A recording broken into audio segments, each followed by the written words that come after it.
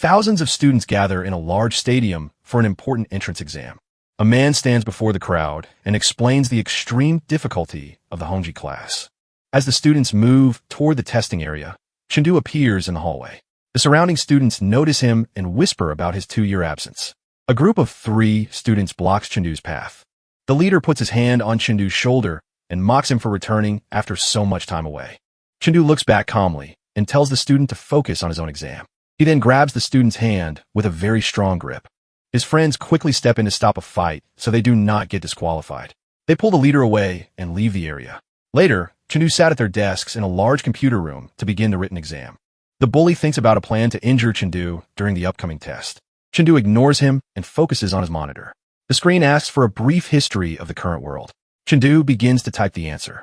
In the year 2842, an alien civilization invaded Earth. Humans fought back using nuclear weapons, which killed 5 billion people. Instead of dying from the radiation, the surviving humans began to evolve and break their physical limits. On the 27th of August, 2860, all adults reached level 2. This event marked the start of the High Martial Calendar. Warriors using fire and large swords to fight monsters. These figures established the New World Order. Chengdu finishes the remaining questions about world policies. He moves his mouse to the Submit Exam button and clicks it to finish the first part of the test. He sits at his desk and remembers his 2-year absence. Blue energy flames appear around his body as he explains that he was not in a coma. Instead, he had been entering a strange dimension that granted him spiritual power and a photographic memory. He stands up and leaves the exam hall to prepare for the martial arts portion of the test. He returns home and greets his father. As he walks inside, his sister picks up his dropped exam ticket from the floor and warns him to be more careful. Later, the family sits together at the dinner table. His father holds up a small bottle of vitality powder. He explains that he bought it to help boost Chengdu's scores for the Hongji class exam. Chengdu looks at the bottle and says he can pass without using it. His father places a hand on Chengdu's shoulder and tells him not to worry about the cost. He says the family will always find a way to make money to support his dream of becoming a martial artist.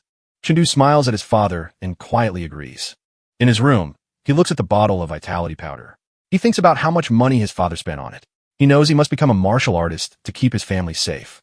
He sits on his bed and closes his eyes to meditate. A blue flame appears between his hands as he enters a deep sleep. He wakes up in a cold world made of ice and giant blue crystals. He stands in the snow holding a long sword. Every time he sleeps, he comes here to fight monsters. He explains the rules of this space. If the monsters destroy the crystal, he will stay in a coma for the next day. If he dies while fighting, he wakes up with more energy. Defending the crystal increases his spiritual power and makes his memory stronger. A blue screen appears in the air. It says the next wave of monsters will arrive in 30 seconds. Only the first victory of the night gives him rewards. Chengdu grips his sword as more monsters appear. He moves quickly and slashes through them with orange streaks of energy. Chengdu stands amidst the debris, his face covered in bruises and sweat. He calls out to open his status panel. A system screen appears showing his current stats and progress. His life intensity is level 5.1 and his strength is 1,100 pounds. A warning message flashes announcing that the 5th wave of monsters is arriving. A massive red dragon with glowing eyes appears and roars. It releases a powerful blast of fire from its mouth. Chengdu runs across the cracked ground to escape the flames. The dragon then strikes with a giant sharp claw. Chengdu jumps into the air and narrowly dodges the attack as the claw slams into the earth. The dragon swings its tail and hits Chengdu while he is in the air. He crashes to the ground and rolls across the dirt. Chengdu realizes he has finally learned the monster's attack patterns after many previous deaths. He leaps toward the dragon's head and uses a special move called Light Sword Style, Breeze Under the Forest. The dragon roars in pain and enters a berserk state. Its body begins to glow with orange fire and sparks. Chengdu holds his arm and notes that he was careless, but is not badly hurt. The monster opens its mouth and roars again. Chengdu runs forward with his sword. He leaps over the red dragon's head as it tries to bite him. He quickly slides underneath the dragon's body to avoid a blast of fire. He notes that his smaller size gives him the advantage of agility.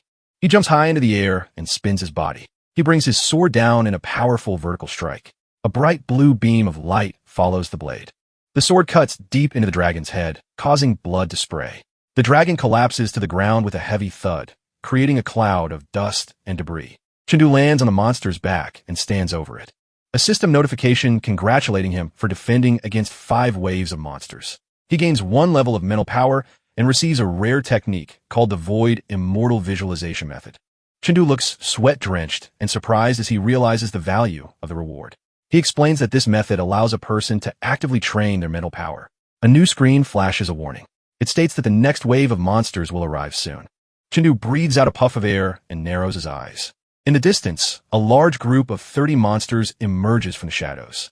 Chengdu notes that their power level is much higher than his own. He admits that he cannot pass this level yet. Back to his bedroom, Chengdu opens his eyes and wakes up from his sleep. He sits on his bed in a meditative pose. He decides to examine the visualization method reward. A glowing blue book appears in his hands. He is suddenly transported into a mental space where he stands on a glowing blue surface that ripples like water. A dark entity appears before him. The creature has multiple red eyes and a wide, toothy grin against a red and black background. Chengdu looks up at the giant as he realizes that gazing at this giant is the trial he must complete to train his mind. Back in the real world, Chengdu sits on his bed in a meditative pose. A bright blue aura surrounds his body as he focuses on the visualization. His sister opens the door and tells him that it's time to eat. She sees that his body has become very muscular. She asks if he was always this handsome. Chengdu smiles and ruffles her hair while she tells him to stop. After she leaves, Chengdu looks at his reflection in a mirror. He notices his physical changes and wonders if they are caused by the visualization method. He puts on his tracksuit and picks up his backpack. He tells his father and sister that he is leaving for the exam. He arrives at the Liang City No. 1 high school gymnasium for the next part of the exam. He stands on a basketball court and flexes his muscles. He feels that his body has improved because of the visualization method. The group of 3 students from before approaches him again. The leader mocks Chengdu for being at the bottom of the class rankings 2 years ago. Chengdu replies that he is still better than those who failed the written exam. One of the students becomes very angry and shouts at Chengdu. Chengdu smiles and tells them that if they cannot hear properly, they should not take the exam. The leader grits his teeth and looks furious at the insult. Chengdu tells the leader not to take the comment personally. Another student steps in and puts a hand on the leader's shoulder. He tells the group to stop arguing and focus on the upcoming assessment instead. Feng Rue walks away and shouts a final threat at Chengdu. Chengdu's friend looks terrified and grabs his arm. He warns Chengdu that Feng Rue is dangerous because his uncle is the dean of students. He explains that the dean leaked the exam questions to Feng Rue. Chengdu listens with a serious expression and realizes he must be careful. An announcement over the intercom says the martial arts assessment is starting. The test is divided into a strength test and a combat duel. The students form lines in the gymnasium. For the strength test, students must punch a large purple machine. The rules state that the student with the lowest score in each group will be eliminated. Chengdu looks up at a small camera drone floating above him. He pulls back his arm and clenches his fist. Feng Rue smiles and expresses confidence in his strength. The first group assessment begins. Feng Rue throws a powerful punch with red motion lines. He strikes the purple testing machine with a loud thud. His friends cheer and shout that he is too strong. They note that his strength has reached 1,400 gene. One of Feng Rue's friends looks smug and predicts that someone will be eliminated this round. A massive force hits the machine, creating a bright purple glow and a large impact. All the students in the gymnasium stop to look. Feng Rue looks confused and begins to sweat. He sees that Chengdu produced a force of 1,500 gene, despite having a life intensity of only 5.1. The other students whisper in surprise and wonder why Chengdu was not ranked in the top 50 last year. Chengdu's friend shouts and cheers with excitement. A proctor stands with his hand on his chin, thinking about Chengdu's high strength score. He asks an assistant for Chengdu's student file. The proctor reads that Chengdu has reached a high level in martial skills, despite being away from school for 2 years. He decides to watch the combat duel to see Chengdu's true power. In the afternoon, the students gather around a large, square combat stage. The proctor stands in the center of the ring holding a piece of paper. He calls out the names for the next combat duel. He announces that Chengdu will fight against Feng Rue. The other students in tracksuits watch and talk about the upcoming fight. Feng Rue tells Chengdu that raw strength is not enough to win a real battle. Chengdu reaches out and takes a practice sword from a rack. He looks back at Feng Rue and smiles. Feng Rue swings his staff with great speed, leaving trails of orange energy in the air. Chengdu holds his practice sword and blocks the heavy strikes. Then he leaps high into the air to avoid a sweep. He descends quickly and lands a powerful kick on Feng Rue's face. Feng Rue's head snaps back, and he falls to the ground. He crouches on the floor.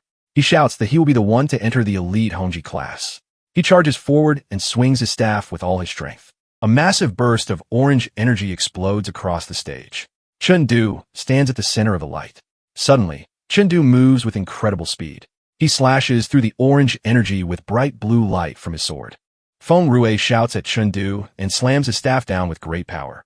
It shatters the ground and sends rocks into the air. Chengdu watches the attack and thinks that fighting people is different from fighting monsters. Feng Rui swings his staff again while surrounded by orange energy. Chengdu moves quickly and strikes back with his glowing sword. A large explosion of blue and orange light covers the stage. Chengdu appears behind Feng Rui with a blue trail of energy. Feng Rui looks terrified and sweats as the blue light hits him. He coughs up a large spray of blood and falls back. Feng Rui reaches behind his back to grab a hidden dagger from his waistband. Chengdu lands a series of fast strikes on Feng Rui. He finishes with a powerful punch to Feng Rui's face. The force of the blow sends Feng Rui flying across the stage. His friend's brother shouts with excitement at the victory. Other students whisper in disbelief and question how Chengdu became so strong. The teacher calls for the medical team, and 2 staff members carry Feng Rui away on a stretcher. The teacher then calls Chengdu over. He bows to the teacher and apologizes for using too much force during the fight. The teacher places a hand on Chengdu's shoulder and tells him that injuries are a normal part of combat. He advises Chengdu to go home and stretch after his hard work. The proctor tells an AI assistant to call the principal. Chengdu walks through a quiet hallway. He realizes his family will not be home for a while. He approaches a large white machine called a virtual combat capsule. He explains that the school provides these to all students for training. Inside, a user can fight virtual opponents of similar levels. He mentions that his rank is currently bronze. He is focused more on fighting monsters in the crystal space than in virtual combat. He thinks about Feng Rui and the potential trouble he may cause. He looks at the open capsule and describes the Blue Star Youth List. It is a global ranking of the strongest young martial artists. Chengdu sits down in the chair and prepares to train.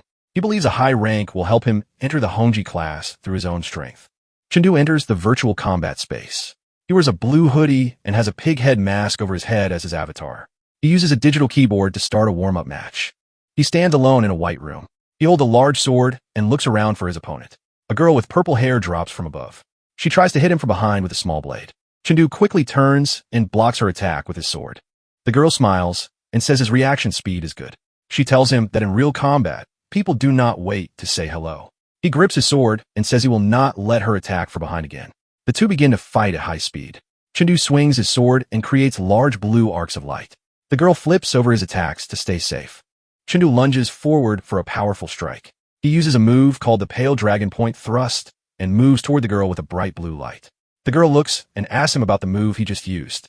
She explains that martial arts moves should not be limited to specific forms. Chen realizes she is correct and begins to think about his own technique. He swings his sword and a purple light trail follows the blade. He wonders how the girl could recognize his skill level. The girl tells Chengdu not to get distracted. She moves with extreme speed and leaps over his head. The girl flips through the air and holds her small blade. She strikes Chengdu from above with a powerful blow. Chengdu is caught by surprise and struggles to react to her sudden attack. The screen shows that Chengdu has lost the match and 10 victory points. He stands in the virtual space and looks at a keyboard. He thinks about the 4 forms of the flowing light sword art. He realizes that the moves are similar to an assassin style. He decides to test this new strategy in a real combat match. A new opponent appears in the arena. He is a very large, muscular man holding a heavy iron ball on a long chain. Chengdu looks worried and notices that the opponent has a weapon advantage. He charges forward with his sword. A bright blue trail of light follows his body. He uses a technique called painting the ground as a prison. Chengdu jumps and uses another move called golden prunes ringing to the heavens. The large man looks angry and yells at Chengdu. He pulls the heavy chain with both hands to move his weapon. The giant iron ball falls directly toward Chengdu. Chengdu looks at his opponent from behind his pig mask. He activates a move called Breeze in Forest. A massive explosion of blue energy fills the arena as the giant iron ball slams into the floor. Chengdu suddenly appears behind the large man. The man looks over his shoulder with a terrified expression. He asks how Chengdu moves so quickly. Chengdu raises his sword and uses the Pale Dragon Point Thrust. The screen announces that TSK Bear has won the match. Chengdu receives 10 victory points. He stands alone in the white room and looks down at his practice sword. He thinks about the move he just performed and questions the nature of sword skills. He thinks about the nature of combat. He realizes that a sword should be used with flexibility and calls it an undefined weapon. Several blue system screens appear in front of him. They show his flowing light sword art improving from 89% to 90%. Chindu repeatedly asks the system for more matches to deepen his understanding. He continues to fight and train for a long time. The virtual capsule opens with a hiss of steam. Chindu sits in the chair, drenched in sweat. He looks exhausted and says that he is very hungry. Suddenly, the device on his wrist beeps. A blue system message appears congratulating him for entering the top 10,000 of the Blue Star Youth list. Chindu looks surprised as he reads the notification. He asks the system to expand his ranking details. He is ranked 6,219th on the global list and 654th in his biosphere. Finally, the list shows that he is now ranked first in Liang City. Chindu smiles and looks happy as he thinks about his rank. He says that his spot in the Hongji class is now safe. He walks toward the campus of Liang City No. 1 High School with his backpack. Feng Liguo, the dean of students and Feng Rui's uncle, stops him. He points his finger and yells at Chindu for not greeting a teacher. Chindu looks back and says hello calmly. The dean continues to point his finger and shouts about Chindu's appearance. He asks what Chindu is wearing. Chindu looks down at him and says he is wearing his school uniform. In the background, other students begin to laugh at the dean. The dean turns and screams for them to be silent. The surrounding students whisper that the dean wants revenge because Feng Rui is still in the hospital. Some students say that Chindu only won his match because he used banned drugs. Chindu stands on the paved walkway while the dean continues to confront him. The dean swings a wooden stick at Chindu. Chindu leans back to avoid the strike. The dean looks very angry and shouts about school regulations. Chindu asks the dean which rule he is breaking. The dean becomes more furious and swings the stick again. Chindu reaches out and catches the stick in his hand. The dean screams that he will report Chindu to the principal to have him expelled. A voice suddenly asks who is looking for them. Principal Li Mu and Mayor Wang Anquan walk toward the group. The dean quickly points his finger at Chindu and tries to complain to the principal. The principal and the mayor ignore the dean's complaints. They walk directly to Chindu. The mayor places his hand on Chindu's shoulder and laughs. He announces that Chindu is now ranked number 1 on the Liang City Youth list. He also reveals that Chindu has entered the top 10,000 on the global Blue Star Youth list. The dean and the surrounding students stare with their mouths open. They look shocked and terrified by the news. The dean collapses and sits on the ground. The principal asks Chindu to follow them to a meeting room. Chindu walks behind the principal and the mayor. The principal explains that Chindu is being transferred to the Hongji class immediately. Inside the meeting room, 2 other students are introduced. Moret is the top student of the Hongji class and Lubo is the second-ranked student in Liang City. The 3 students look at each other silently. They sit at a long table with the school officials. The principal speaks to the group. He explains that the top 3 students from 100 cities will participate in competition. The event is called the 3-day 100 Cities Hegemony Tournament. It will be held at High City No. 1 High School. The principal explains that a level 15 martial artist will lead the team. The principal details the rewards for the top 10 finishers, including bonus points and cash prizes. Chindu listens with a steady expression. The principal asks the 3 students if they are willing to participate. Moret raises a hand and asks why the competition does not use virtual combat capsules. The mayor explains that district leaders prefer real combat. He notes that students will wear special suits to balance their life intensity for fairness. Chindu looks down and calculates his current strength. He determines that he has a high chance of reaching the top 3. The mayor drinks from a cup and tells the students not to feel overwhelmed. Chindu raises his right hand and says he will participate. Lubo and Moret also agree to join. The mayor smiles and gestures with his hands while praising their courage. He tells them they will be notified of the departure time later. Chindu walks out of the meeting room and closes the door. He thinks about his family and his desire to provide them with a better life. He clenches his hand and resolves to finish in the top 3 of the 100 Cities War. Chindu walks into the Hongji classroom and notices that the desks do not have student names on them. He chooses a seat and sits down. A large student named Pang Hu approaches and slams his hand onto Chindu's desk. Pang Hu has an arrogant expression and tells Chindu to leave. Chindu thinks to himself about how the student is trying to bully him. Suddenly, Moret appears behind them and places his hands on both of their shoulders. Moret tells Pang Hu that Chindu is new and does not know the rules yet. Chindu looks surprised and begins to sweat, realizing that Moret moves silently and has a much higher power level. Pang Hu looks at Moret, grumbles, and decides to leave Chindu alone for now. Moret explains the rules of the Hongji class to Chindu. He points to the desks where several chairs are stacked upside down. He explains that the bottom 10 students in the monthly seat ranking must stand during class for the next month. Moret smiles and tells Chindu that he must now challenge another student for a seat.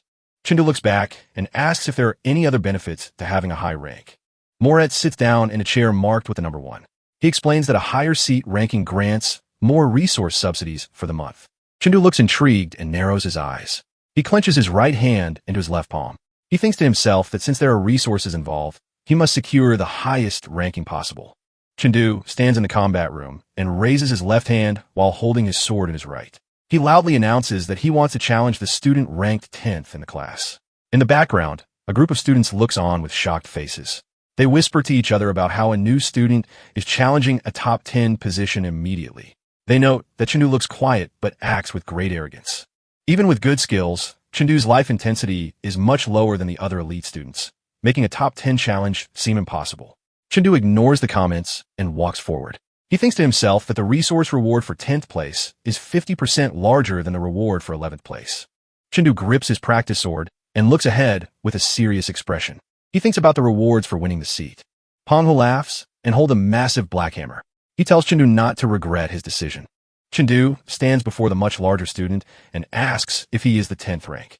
Panghua confirms with a wide, toothy grin and tells Chindu he is unlucky. The teacher tells Panghua to put on his protective gear and enter the arena. The teacher has a small smile, thinking to himself that Chindu is being too impulsive and that losing would be a good learning experience for him. Both students walk into the center of the large combat arena. The match begins. Chindu looks calm while Panghua smiles arrogantly. He shouts a taunt at our boy, but Chindu stands still as blue energy swirls around his body. He tells Panghua they will see what happens. Panghua swings the massive hammer horizontally with great speed. He yells that Chindu's reaction is too slow. In the background, other students watch with shock. They shout that the match isn't GT and GT. They believe Chindu will lose because his life intensity level is lower than Panghua's. The teacher notices that Chindu's life intensity has reached level 5.2. He thinks about how Chindu was only at level 5.1 the day before. He wonders how Chindu increased his power so quickly in one day. Panghua yells that he has won the match. He laughs loudly as he swings his hammer.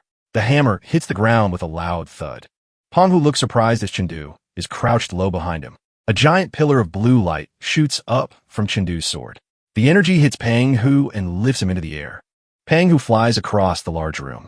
He crashes into the floor near the other Muret, touches his chin, and thinks about Chindu being a genius. The instructor confirms he has taken the 10th seat.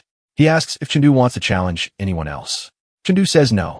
He thinks to himself that the resource rewards do not increase enough to justify more fighting. Muret holds his smartphone toward Chindu. He asks to add him on a social media app. In the background, many other students raise their hands and shout that they want to add him too. Chindu looks slightly surprised and agrees. Panghua kneels on the floor and grips Chindu's leg with both hands. He calls Chindu a god and asks for forgiveness for his earlier behavior. Chindu looks down and thinks about the importance of knowing when to be strong and when to be humble. Teacher Ling walks ahead and tells Chindu to meet him in the office after class. Later, Chindu and Teacher Ling enter the principal's office. Principal Limu sits at a desk with papers. Teacher Ling asks the principal about early admission slots for Mount Everest and Mount Tai martial arts universities. The principal looks up with a surprise. He explains that the minimum requirement for those schools is Tier 1 perfect martial skill.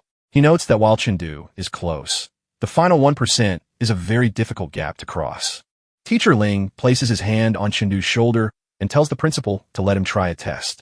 The principal sighs and points toward a testing instrument at the back of the room. He explains that the machine's maximum limit is Tier 1 high stage. Teacher Ling tells Chindu to recreate the specific attack he used during the seat ranking battle.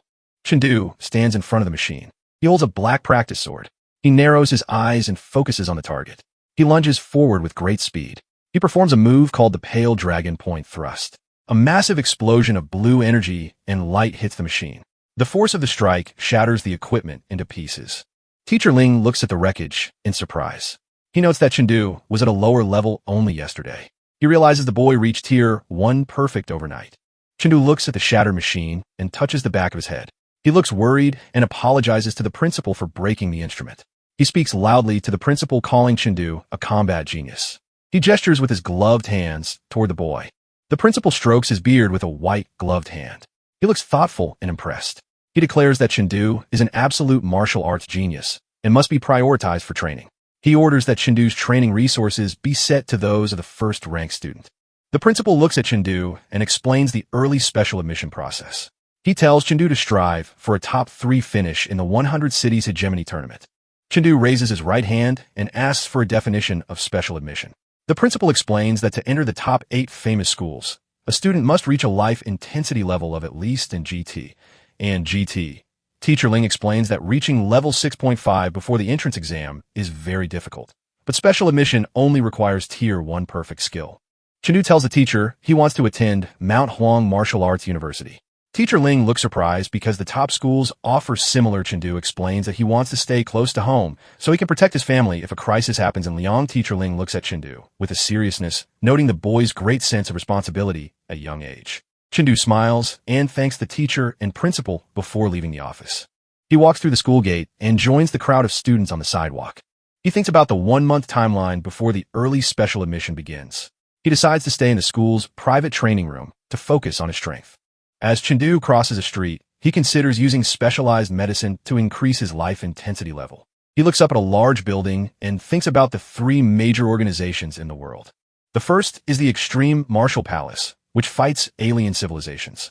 The second is the Technology Martial Palace, which focuses on improving human strength through science. The third is the Martial Artist Alliance, which is responsible for keeping public order. Chindu tells the attendant he is ready for the endurance test. He stands inside the large testing machine. The machine activates and glows with light. Afterward, the attendant looks with a confused expression. Our boy walks away and adjusts his backpack. The attendant calls the technical department on her phone. She tells them the machine seems to be broken because the student had no reaction. Chindu goes to his private training room at school. He sits on the floor in his blue tracksuit. Chindu holds 3 small blue pills in his palm. He calculates that taking 3 pills at once will make the pain 10 times stronger. He decides to swallow all 3 pills together. Blue lightning surrounds her. He grits his teeth and looks in pain as electricity sparks across his body. After the light fades, he wipes sweat from his face and exhales. A screen appears. It shows that his life intensity has increased from 5.2 to 5.3. Chindu stands up and looks at his hands. He thinks about reaching level 6.5 to secure his future. He looks at a small box on the floor. Most of the pills are gone. He calculates that his current supply will only last 5 days. He sits back down against the wall and realizes he must win the upcoming tournament to earn more money for medicine. The side effects of the pills make his body feel heavy and frozen. He decides to train his mind since he cannot move his muscles. He closes his eyes to enter the crystal space. He remembers fighting large monsters called green firefly giants all night. Afterward, he arrives at the Hongji class to receive his new resources. A teacher with long red hair and glasses named Yadi enters the room. She is a member of the Martial Artist Alliance. She stands at the front of the classroom and slams her hands onto the desk to get everyone's attention. She explains that her life intensity is above level 15. The teacher begins a lesson on mental power, how physical strength is normally spread throughout the body. She explains that mental power allows a person to concentrate all their strength into one in GT and GT. This technique is called mental power attachment, and it increases explosive power. She warns the students that mental power is very limited until it reaches Tier 10. She advises the class to focus on their life intensity levels for the upcoming college entrance exam. The teacher tells all the students to stand up for a test.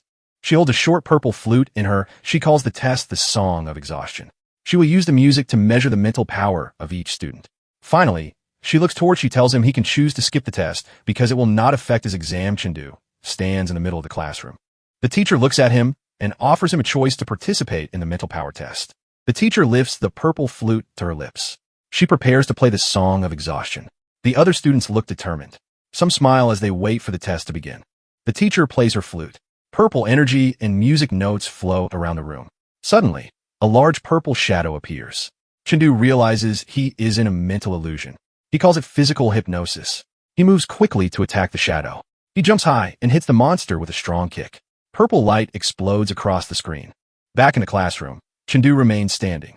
He does not look hurt. And GT. The teacher stops playing the flute. She looks very shocked. She wonders how Chindu stayed so calm during the test. Chindu closes his eyes and smiles as the purple energy fades away. The teacher notices that Chindu's mental power is very strong. She raises her flute and increases the mental pressure to a higher level. And GT. Purple energy glows around her body as she plays. In the classroom, many students begin to collapse as they tremble and sweat on the floor. They look exhausted and say they cannot hold on any longer. The teacher is surprised that Chindu is still standing. She wonders how he has such talent despite his poor family background. Even the top-ranked student, Merit, falls to the floor in pain. The teacher opens her eyes wide in shock. She decides to increase the mental pressure to level 8. In the illusion, a massive purple giant looms over Chindu. The giant clenches its fist and strikes with great force. Chindu feels a heavy weight from the pressure. He sweats and breathes hard as he pushes back. He manages to stand up straight and GT. The teacher watches him closely. She thinks he has amazing talent and mental power. They move to the principal's office. The teacher and Ling talk to the principal. The principal's body shakes with shock at his desk. And GT. He hears that Chindu has both martial and mental talents. He says Chindu could become a soaring martial artist who can fly. He thinks the top 8 schools are a waste of Chindu's skill. He wants Chindu to attend Black Dragon University instead. Ling calls Chindu into his office. Ling sits behind a desk filled with books and monitors. Chindu sits in a chair across from him. Ling asks if Chindu knows about Black Dragon University. Chindu says he only knows it is a top-tier school. Ling explains that the university does not take regular students. They only choose the best geniuses who can reach the highest levels of power. And GT. The teacher explains the requirements to become a soaring martial artist.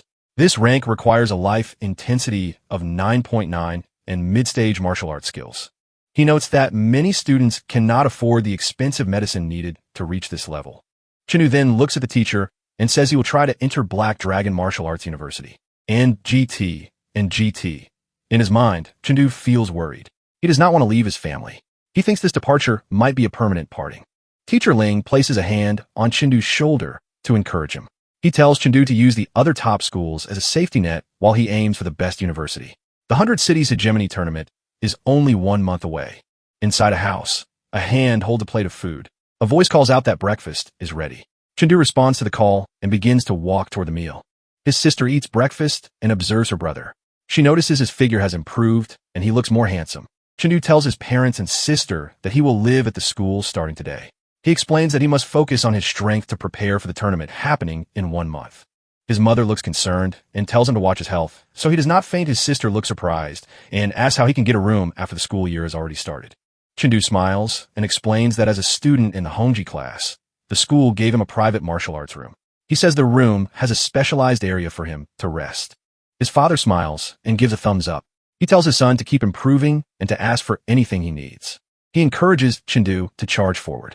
He finishes his meal and stands up from the dining table. He places his black backpack over one shoulder.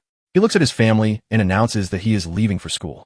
His father clenches his fist in an encouraging gesture and tells him to go for it. His mother stands with her hands together and a kind smile, telling him to take good care of himself. His sister smiles at him and tells him to work hard and win first place. Chindu walks through a hallway as he looks at a list of items the school provided for him. These items include 90 bags of chi blood milk, 30 chi blood pills, and 4 bags of powder. He calculates that these resources are worth at least 50,000 yuan. He thinks to himself that martial arts is a sport for wealthy people. He places his hand on the glowing screen as he is active and unlocks the door. He stands in front of his new private training room and resolves to spend all of his time from now on focusing on his classes and his physical training. Inside his private training room, he speaks to his AI assistant and orders the AI to increase the gravity in the room to 5 times the normal amount. The AI responds, "Yes, master." Blue energy comes out from Chindu's body, and he grits his teeth and grips his sword. He thinks to himself that the pressure feels like 15 adult elephants are pressing down on his body. He says it will be interesting to fight a machine under these conditions. A screen announces that the 4th round of practice is starting. A giant training robot with glowing red eyes and large red boxing gloves appears in front of him. The robot swings a fast punch toward Chindu's head. Chindu knows that in this environment, a single mistake could tear his muscles or break his bones. He decides that he cannot block the robot's attacks directly. The training robot suddenly changes the path of its punch midair. Chindu leans his body back to avoid the strike. A status screen appears on the robot's face. The screen says his evasion efficiency is 87%. The system warns him that his energy consumption is too high. It suggests that he reduces unnecessary the robot, then attacks with its hand and foot at the same time. Chengdu jumps backward to create distance. He realizes the robot is trying to block all his normal escape routes. Chengdu smiles and says that since he cannot dodge the attack, he will make the robot feel the heavy pressure of doubled gravity. He quickly steps his foot firmly onto the robot's, moving the robot's strikes down from above. Chengdu grips his sword with both hands and holds it high to block the attack. Bright blue energy shatters around his feet as he takes the heavy impact. Suddenly, the giant robot collapses to its knees. Thick white smoke pours out of the robot's head as a loud crash echoes in the room. Chengdu lands smoothly on the floor behind the machine and looks back at his defeated opponent. White smoke rises from the robot's neck as its single red eye glows brightly. A system message announces that the robot is using its last resort. The robot suddenly lunges toward Chengdu with its long arms stretched wide open. Chengdu holds his sword and looks surprised. He wonders how the machine can use such an underhanded tactic. The robot falls to the floor and wraps its long arms and legs tightly around Chengdu from behind. Chengdu sits trapped in the robot's grip. He speaks to his AI assistant and orders it to turn off the heavy gravity. He calmly asks the robot to let him go while the robot system repeatedly flashes the last resort warning. Later, Chengdu sits alone on the floor in a meditative pose. His sword rests on the ground beside. He breathes out a sigh and notes that his physical body has reached its absolute limit. He decides to relax his muscles for now. He plans to use his void, immortal visualization method to train his mental power next. He enters his mental space and stands on a rippling red surface beneath a dark sky. A massive black shadow with multiple glowing red eyes and a large open mouth looms above him. A bright blue aura surrounds Chengdu's body. He clenches his fists and his eyes glow white. He challenges the shadow, shouting for it to come so he can gain mental power experience points. In the real world, Chengdu sits cross-legged on the floor and bows his head and realizes his mental power has increased by 0.3 levels. He tries to move his body, but begins to tremble. He groans and says that his legs have gone completely numb. Chengdu exhales a small breath and looks very tired. He notes that his mind is exhausted and his physical body has not fully recovered yet. Because of this condition, he decides to just go to sleep. He falls backward and lies completely flat on the floor with his arms and legs spread wide. His eye is shown as he slowly drifts into a deep sleep. Suddenly, he wakes up standing in a completely different environment. He is inside the cold crystal space. Giant sharp blue crystals tower behind him. He stands firmly and grips his long sword with both hands, resting the tip of the blade on the ground. From the shadows, massive green barbarian giants with glowing red eyes and green patches on their skin begin to emerge. He remembers that during their last encounter, he failed to kill even a single one because he did not understand their abilities. He stands alone in the vast dark space and rests his sword on his shoulder. He declares that this time, he will definitely test his strength against them. He grips his sword on his right shoulder and clenches his left fist. A dark blast strikes the arm of a giant. The giant looks down at its wounded shoulder. Chengdu observes the monsters and realizes that the green patches on their skin are not curses or birthmarks. He explains that these patches contain healing energy. Chengdu dashes forward with his sword drawn and strikes a giant, creating a bright flash of light. He notes that the green barbarian giants only have high health and no other special abilities. He determines that if he destroys their green patches first, the monsters will no longer be a threat.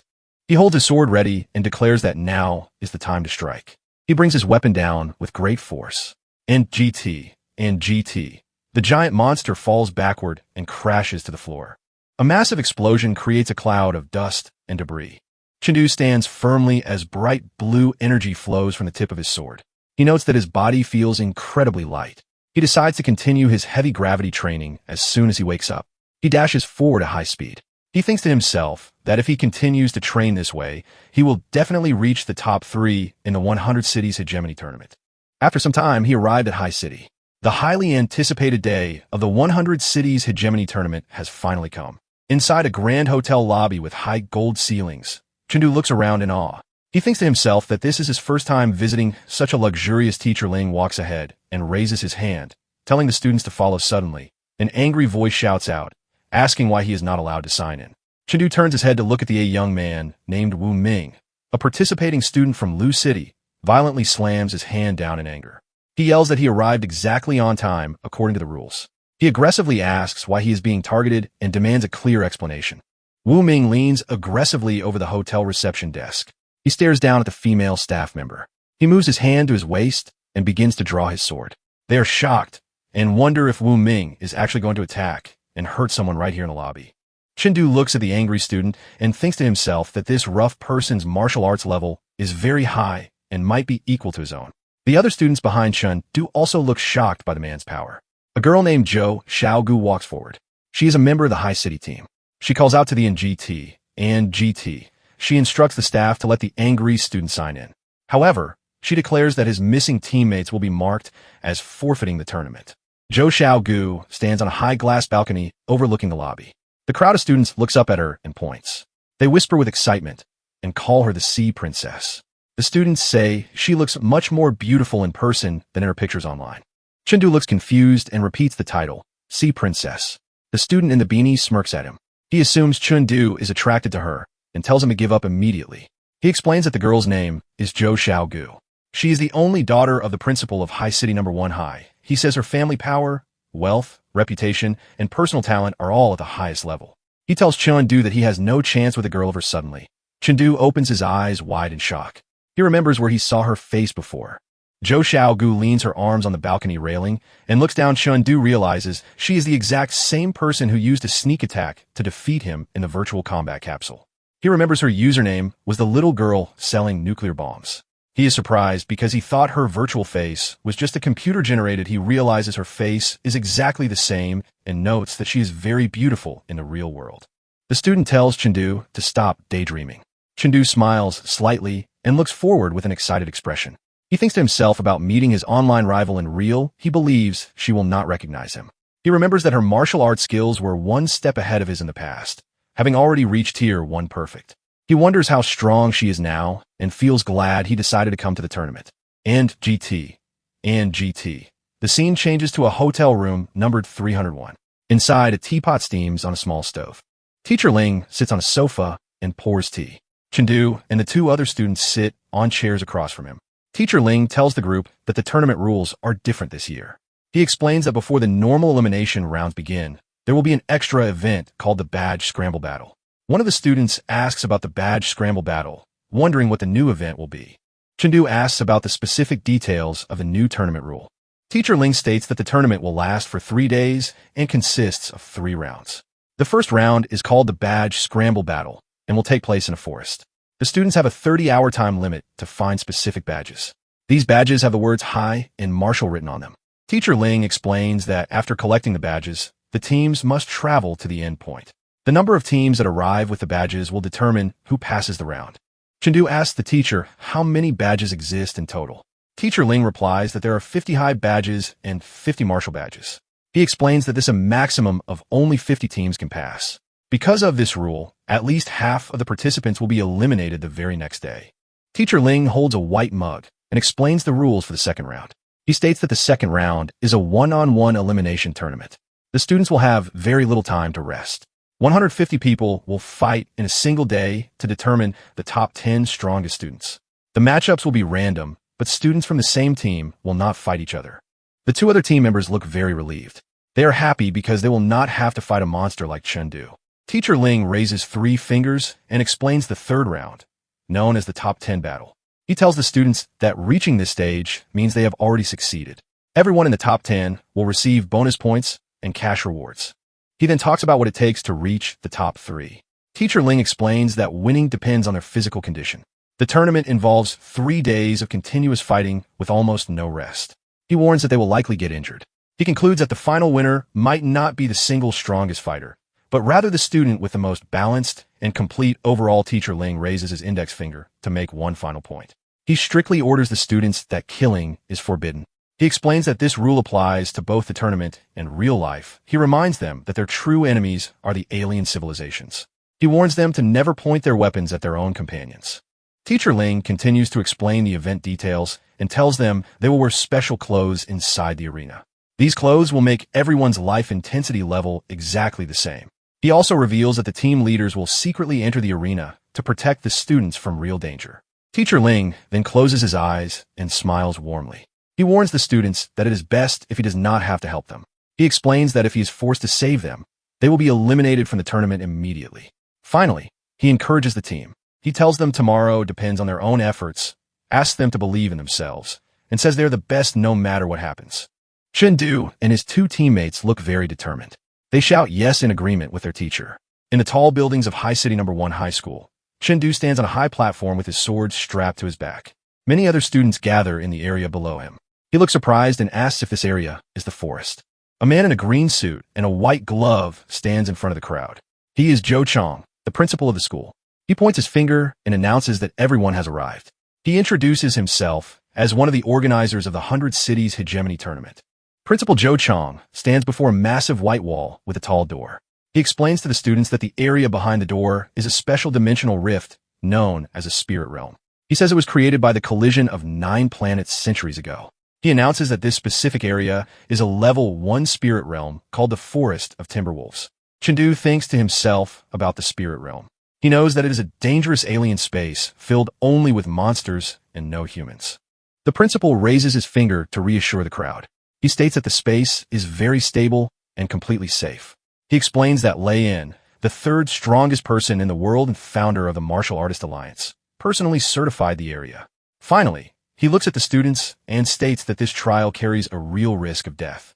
He urges everyone to prioritize their own safety inside the forest. He points a finger at the student with a ponytail named Wu Zong. He tells Wu Zong that he cannot act alone just because he arrived by. He explains that the staff will assign suitable teammates to him based on his skill level. Chengdu thinks to himself that this person seems to be angry with everyone around him. Next, a man stands in front of a glowing blue scanner on a wall. The system announces that his iris authentication has successfully passed. An announcement tells the crowd to prepare to enter the Forest of Timberwolves. The large group of students walks toward a giant glowing blue magic circle on the ground. A voice in the crowd asks if this area is the Forest of Timberwolves. The principal looks toward the students and explains the situation. He states that the true location of the spirit realm is a strict secret. He explains that the glowing circle is a magic array that leads directly to the forest. He says that past generations worked very hard to build it. He tells the students that the array is a safety measure. If the dimensional rift suddenly closes, the staff can use this magic circle to safely teleport everyone out. Chengdu and his two teammates stand together as they wait. 2 system screens appear above him. The first screen tells everyone to step into the magic array. It explains that each team will be randomly teleported to one of the 1,000 different starting points inside. The second screen reveals a challenge. It states that the map shows 300 badge locations, but only 100 of them are real. The other 200 markers are fake. The screen wishes everyone good luck. The giant magic circle begins to glow much brighter. Blue sparks of energy rise from the ground. A final system screen appears and tells the students to prepare for activation. A bright beam of white light flashes upward as the magic array activates. Chengdu slowly opens his eyes and holds his hand up to block the blinding flash. When the light fades, he stands in a dense forest. Tall trees surround him, and sunlight shines down through the leaves. This new area is the Forest of Timberwolves. Chengdu looks around the bright woods and asks if this place is the spirit realm. Behind him, his teammate holds up a glowing blue map and asks Chengdu which marked location they should travel to first.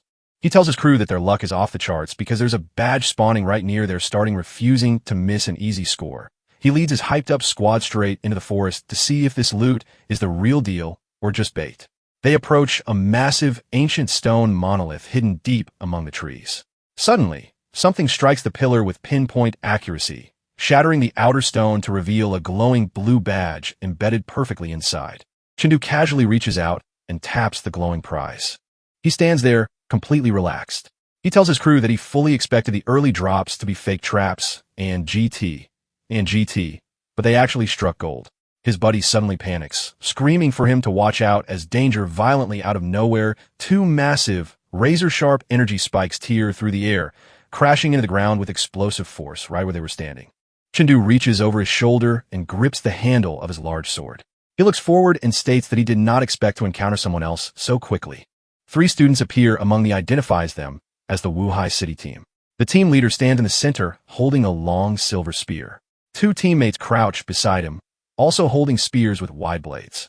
The leader addresses the Liang City team directly. He demands that they hand over their badges immediately if they do not want to be eliminated from the tournament. Chengdu narrows his eyes and observes the enemy team.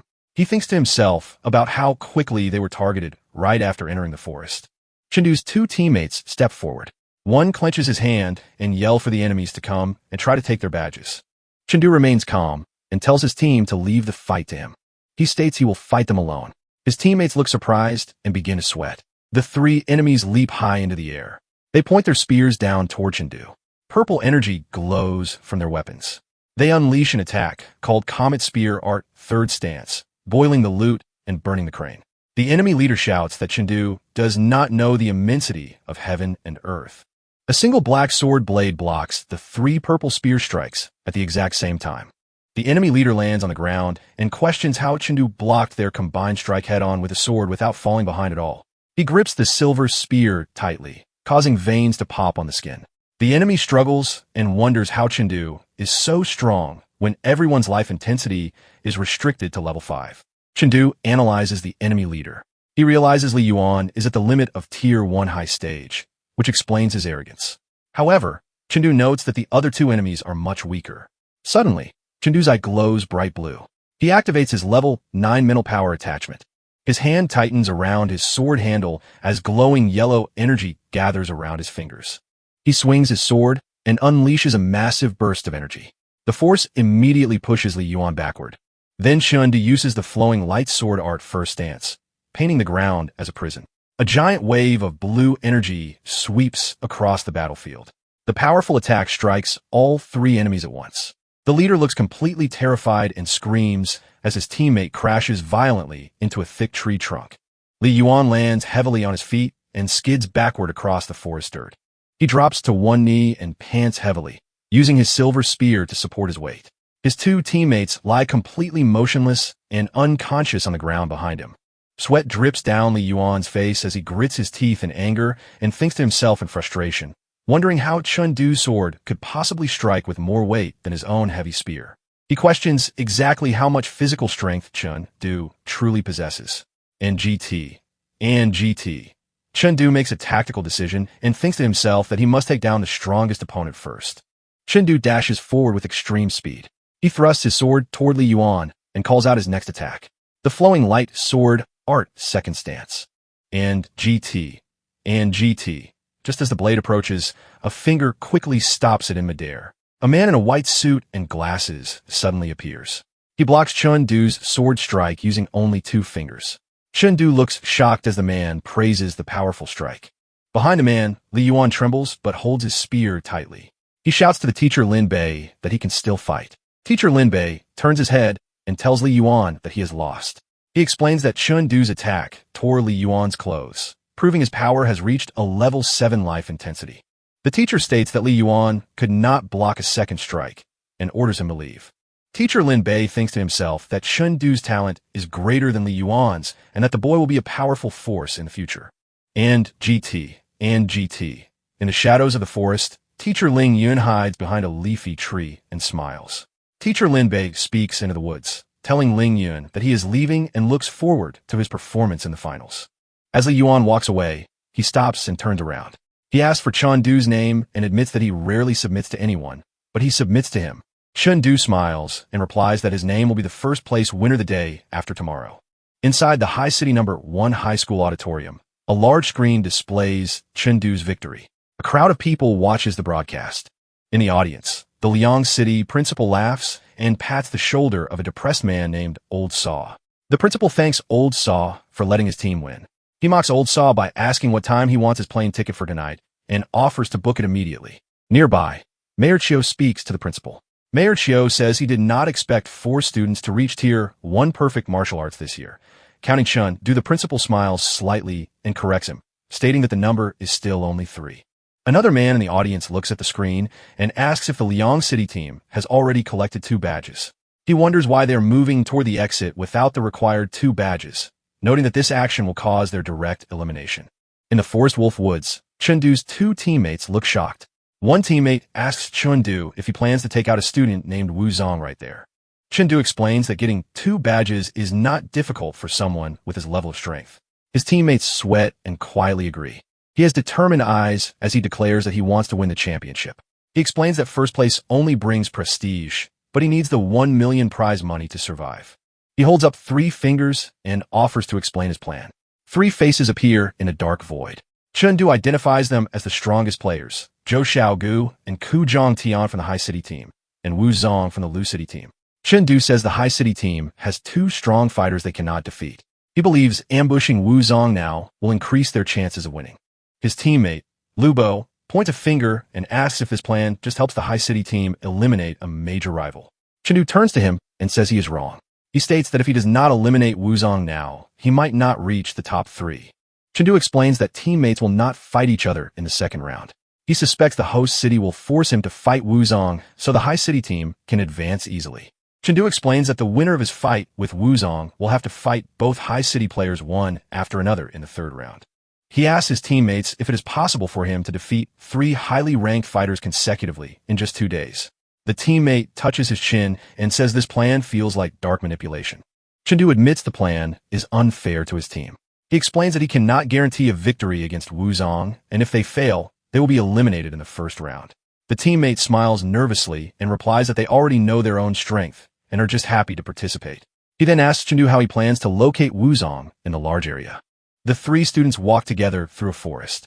Chengdu explains that because of Wu Zong's arrogant personality and great strength, he will definitely go to the area with the most badges to steal them from others.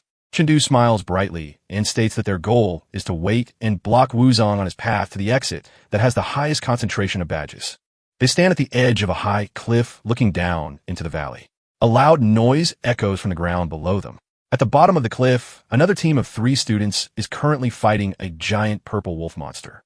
Chengdu looks down with wide eyes in surprise. He sees that the beast violently swings its sharp claws.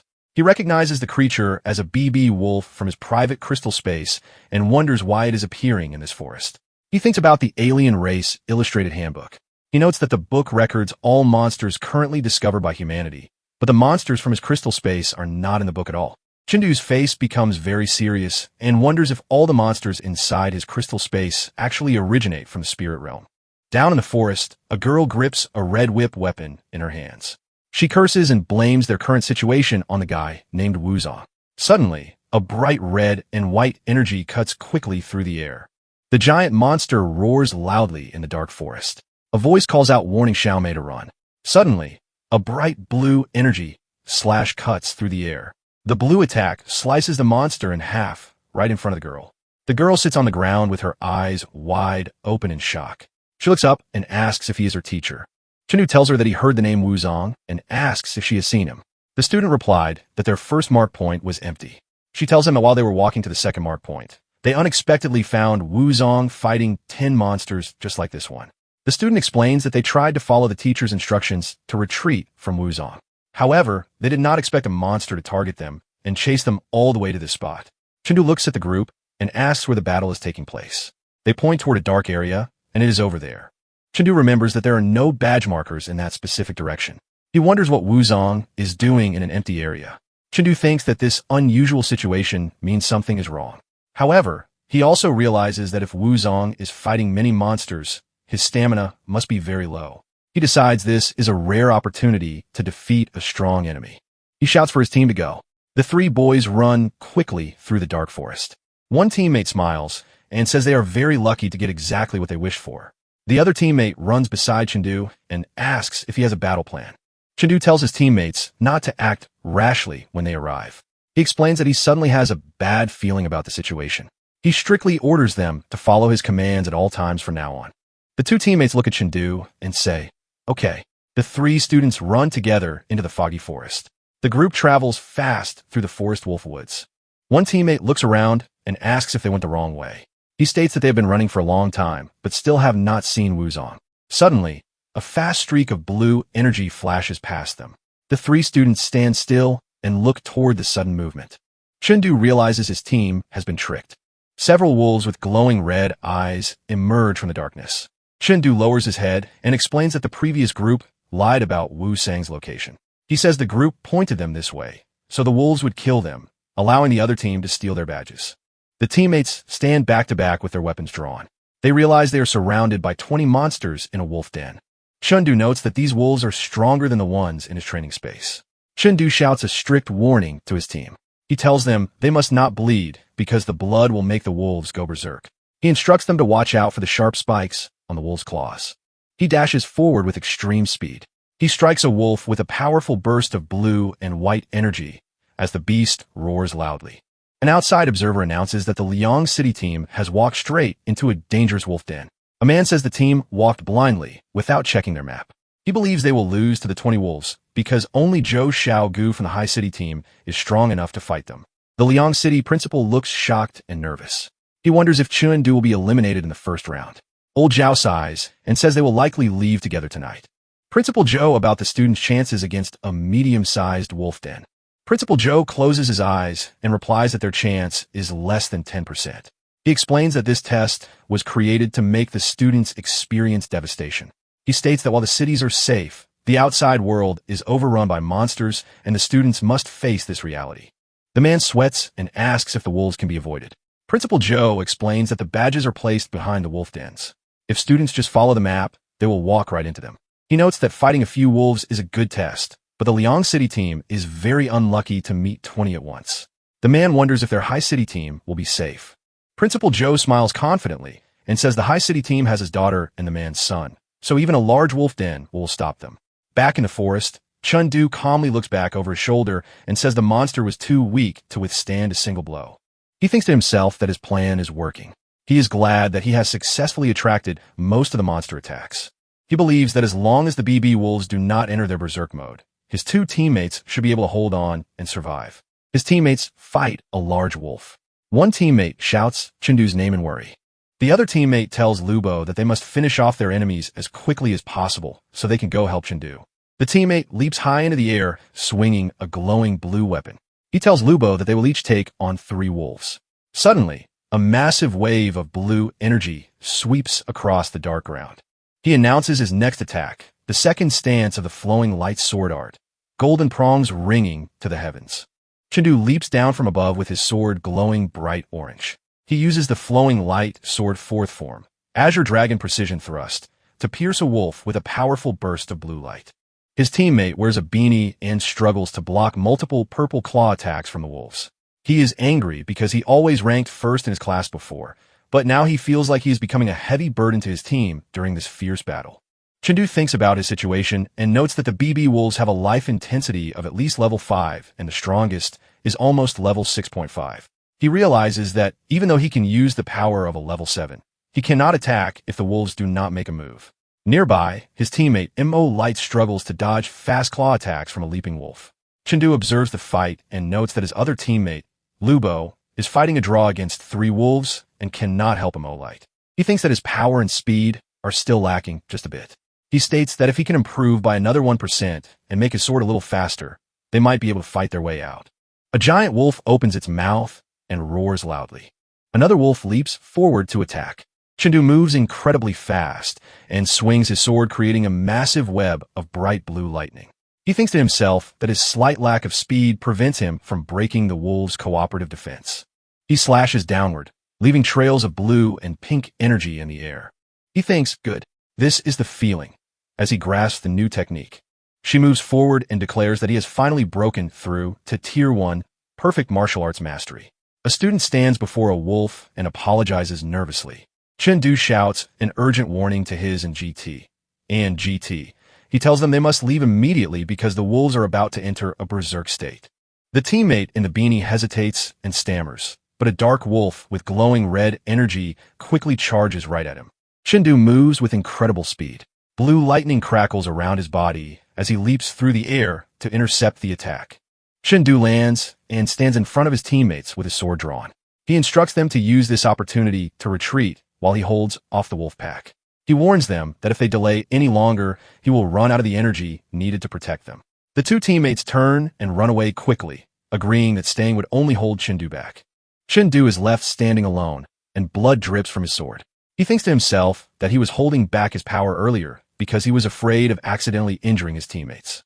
He looks focused and relieved and notes that it will be much easier to fight now without any reservations, and he prepares to test the full extent of his strength against the fierce wolf monster waiting in the shadows.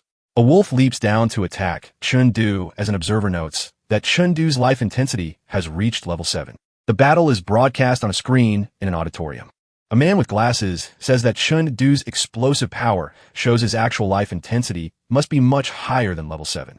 Another man adds that Chun-Du's ability to completely suppress the pack of wolves is terrifying. Principal Joe Chang agrees that Chun-Du's strength is terrifying, but he states that the real terror is the boy's bottomless stamina. The man next to him looks shocked to hear this. Another official holding a clipboard explains that Chun-Du has been fighting continuously for almost an hour. The shocked man notes that even a level 10 martial artist would be exhausted by now. He wonders how a student can maintain this fighting state for so long. Principal Joe Chang narrows his eyes and wonders how many secrets Chun-Du is hiding. In the forest, Chun-Du dashes forward surrounded by bright blue energy. He strikes the wolf with his sword. Principal Joe observes that Chun-Du perfectly controls his strength and does not waste a single drop of energy. As Chun-Du's eyes glow blue and he strikes the monster again, the principal realizes that Chun-Du is using this real battle to train and improve his own martial arts skills. He stands on a path covered with the body's wolf monsters. Suddenly, sharp red claw marks slash through the air toward him. He quickly dodges the attack and swings his sword, unleashes a massive wave of bright blue energy. He uses a powerful technique called thundering war drums to strike the dark wolf monster. He thinks to himself that using this continuous attack combination consumes a lot of his energy. He lands against the side of a dark tree trunk and stabs his sword directly into the wood to hold his body in place above the ground. He thinks to himself that he needs to rest and recover his physical strength. Suddenly, he jumps down and faces the creature. He recognizes the specific monster. He narrows his eyes and decides that this monster is the perfect target. He thinks that he will use this beast to test his new power. He dashes forward with incredible speed, and the monster is at level 7 strength. Afterward, Chun-Du stands alone in the center of the dark forest. He thinks to himself that all the wolves in this area have finally been cleared out. He looks down at the handle of his glowing sword. He grips it tightly and decides that he must now go find the boss. He winces in pain, but quickly dashes past the beast and swings his sword covered in bright blue energy and strikes the monster. The monster is pushed back, but immediately counters with a massive red claw attack. The powerful strike hits Chun-Du and sends him flying backward. As he falls, he realizes he must find a way to counterattack, or he will be defeated. The monster lunges again and hits Chun-Du directly in the chest. Chun-Du sweats heavily and blood drips from his mouth and thinks to himself that his sword needs to be faster, stronger, and heavier, and that he must break through his limits. He remembers his happy family smiling together, his hard training sessions, and teacher Ling Yun's encouraging smile. He tells himself that this is more than just a competition. It is the turning point of his life. The monster strikes again, and Chun-Du blocks the claws with his sword. He clenches his teeth tightly as blue lightning crackles around him. He absolutely cannot fall here. Chun-Du dives from above and strikes the beast with his sword. Chun-Du thinks to himself that the feeling of this sword strike seems a bit different. Chun-Du looks up in alarm as red claw attacks fly toward his face from the darkness. The wolf grabs Chun-Du's sword blade with its sharp claws. Watching from a tree branch, the teacher looks worried and thinks that if Chun-Du had not easily trusted others, he would not be in this dangerous situation. The teacher believes this is a good lesson for entering society, but the price of the lesson is too high. The teacher sighs, looks down, and decides that the battle is decided. He prepares to step in and end the fight to save the student. Suddenly, the teacher's eyes widened in shock. He watches in disbelief and thinks that Chun-Du is actually doing something unexpected. Chun-Du stands firmly as bright blue wind and energy swirl around his body. Chun-Du thinks again that the feeling of his sword strike is different. A giant blue tornado of wind erupts around him, blowing the dark wolves away into the air. Chun-Du thinks to himself that the movement of his sword perfectly matches the flow of the wind, and he realizes his attack has truly become stronger. Chun-Du holds his sword and walks forward. A system message appears and congratulates him. His flowing light sword art has upgraded to tier 199%. In the auditorium, a man in a purple suit sweats and looks shocked at the broadcast screen. He asks the principal how Chun-Du had a breakthrough during the battle. He notes that Chun-Du's martial arts level is now equal to theirs. He thinks that a normal student at that level would lose to a medium-sized wolf den because of physical exhaustion. The teacher, with his hands folded together, says Chun-Du's power and speed seem too great for his current level. He tells the group that Chun-Du is using mental power attachment. He suspects Chun-Du's mental power is approaching level 10. The man looks surprised and says Chun-Du has the potential to become a soaring martial artist. He explains that reaching level 10 will transform his soul into a martial soul. However, he notes that Chun-Du still needs to reach tier 1100%, which is a very difficult goal. The man in the black suit laughs and gestures with his hands. He tells the man he is too strict and calls Chengdu outstanding. In the audience, students point and look confused. They see the Mi City team on the screen. They realize it was the Mi City team who tricked Chengdu's team and pointed them directly toward the dangerous wolf den. In the forest, a girl from a Mi City team looks nervous. She asks a boy named Zhang Shuai if they can really get the badges smoothly. Zhang Shuai looks confident and tells her to relax. He explains that Chengdu's team cannot defeat all the wolves. He says the observing team leader will intervene to save them. This rescue will automatically eliminate Chengdu's team from the tournament. According to the rules, eliminated students must leave their badges on the ground. Zhang Shuai smiles and states that the badges have no trackers and there are no other teams or wolves around to stop them from stealing the loot. He holds a blue badge and smiles confidently. He states that only their team is about to collect 2 badges. He says they have finally arrived. A teammate praises Zhang Shuai, calling him a godlike tactician for predicting the situation perfectly. However, Zhang Shuai begins to sweat and looks nervous. He says that he feels something is not right. The teammate points forward and excitedly announces that the badges are over there. A blue badge rests on the head of a defeated wolf. As the 3 students walk among the dead monsters, the teammate praises the teacher of the Liang City team for killing all the wolves. Zhang Shuai agrees that a massive battle happened, but he feels they overlooked something important. Suddenly, his eyes widen in terror. He yells for his team to run, realizing that the Liang City team was not eliminated and that the badge is a trap. The teammate looks back in shock and asks how that is possible. He wonders if Chengdu killed all the monsters by himself. Suddenly, a fast blue energy slash cuts through the air. The 3 students look terrified as Chengdu and his 2 teammates walk out from the bushes. Chengdu smiles and confirms that he actually killed the wolves all by himself. He looks at Zhang Shuai and asks how he figured out they were not eliminated. Zhang Shuai sweats heavily and explains that he knew because of the wounds on the wolves. He states that all team leaders are forbidden from carrying weapons, so an unarmed teacher could not slice the monsters open. Chengdu remembers his teacher, Ling, holding weapons like nunchucks during class. He realizes he still does not know his teacher's true weapon. He admits he completely overlooked this important detail. He tells himself he needs to be much more careful from now on. He reaches down and picks up a glowing blue badge. He casually throws the badge onto the ground in front of Zhang Shuai. Chengdu asks his original question again. He wants to know where Wu Zong is located. He states firmly that he has no interest in the badges. He explains that he only wants to fight Wu Zong. Zhang Shuai stands silently in shock as the badge lands at his feet. Zhang Shuai looks nervous while holding a glowing digital map. He thinks to himself that Chengdu's